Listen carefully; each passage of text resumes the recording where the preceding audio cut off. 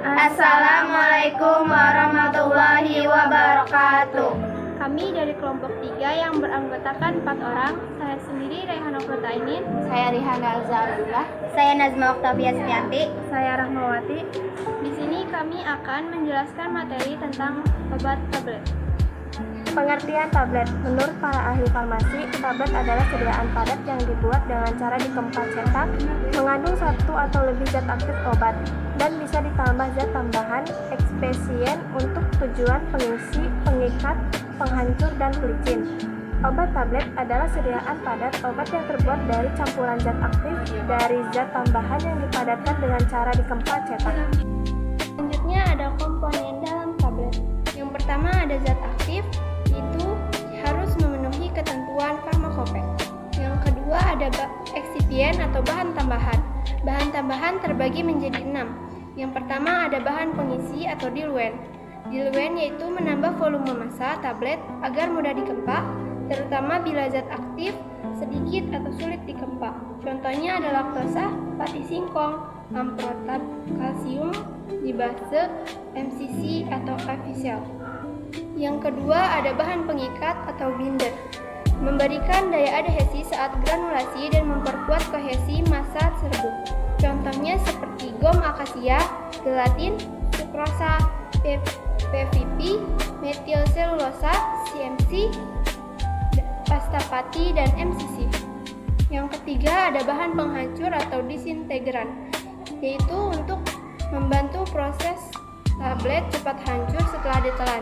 Contohnya seperti pati termodifikasi, asam alginat, MCC, dan prospofiden. Yang keempat ada bahan pelicin atau lubrikan, yaitu mengurangi gesekan saat pengempaan dan mencegah massa melekat pada cetakan. Contohnya seperti magnesium stearat, asam stearat, minyak nabati terhidrogenasi, dan talc. Dengan catatan lubrikan umumnya hidrofobik sehingga berlebih dapat menghambat disintegran dan disolusi. Yang kelima ada glidan, yaitu meningkatkan aliran serbuk terutama untuk kempal langsung. Contohnya koloida, silika pirogenik. Yang keenam ada bahan penyalut atau coating agent, yaitu digunakan untuk melapisi tablet sesuai fungsi pelindung, estetika, kontrol, dan pelepasan. Baik, di sini saya akan melanjutkan proses pembuatan tablet, yaitu yang pertama masuknya tuh dari bahan baku, lalu masuk ke ruang timbangan untuk menimbang bahan-bahannya yang seperti zat aktif, zat pewarna, zat bahan pengikat, dan lain-lainnya. Lalu masuk ke ruang mixing, yaitu untuk mencampurkan bahan-bahan yang telah melalui proses pengayakan. Lalu masuk ke granulis basah atau FBD, yaitu mencampurkan zat khasiat, zat pengisi, dan zat penghancur sampai homogen, lalu dibasahi dengan larutan bahan pengikat. Bila perlu ditambahin zat pewarna. Setelah itu diayak menjadi granul setengah kering dan dikeringkan di dalam lemari pengering dengan suhu 400 sampai 500 derajat Celcius, tidak lebih dari 600 derajat Celcius. Selama proses cetak masih dilanjut, di sini juga harus melakukan uji kekerasan pada tablet tersebut, ketegasannya, waktu hancurnya, tebalnya, diameternya, ukuran, dan panjangnya. Lalu lanjut ke ruang stripping. Di situ kita melakukan uji kebocoran pada strippingnya. Bila perlu ada yang bocor atau tidaknya, kita kasih tahu ke operatornya, lalu memulai stripping ulang. Lanjutnya masuk ke ruang pengemasan untuk mengemas stripping itu di kardus. Di sini saya akan menjelaskan tentang keseragaman serta waktu hancur tablet. Keseragaman bobot ditetapkan sebagai berikut. Yang pertama, ditimbang 20 tablet dan dihitung bobot rata-ratanya. Yang kedua, jika ditimbang satu persatu, tidak boleh lebih dari 2 tablet yang menyimpang dari bobot rata-rata lebih besar dari harga yang ditetapkan pada kolom A. Dan dan tidak boleh ada satu tablet pun yang bobotnya menyimpang dari bobot rata-rata lebih dari harga dalam kolom B. Yang ketiga, jika perlu dapat diulang dengan 10 tablet dan tidak boleh ada satu tablet pun yang bobotnya menyimpang lebih besar dari bobot rata-rata yang ditetapkan dalam kolom A maupun dalam kolom B. Selanjutnya saya akan menjelaskan tentang uji waktu hancur tablet. Cara kerjanya memiliki beberapa tahap, yaitu masukkan 5 tablet ke dalam keranjang.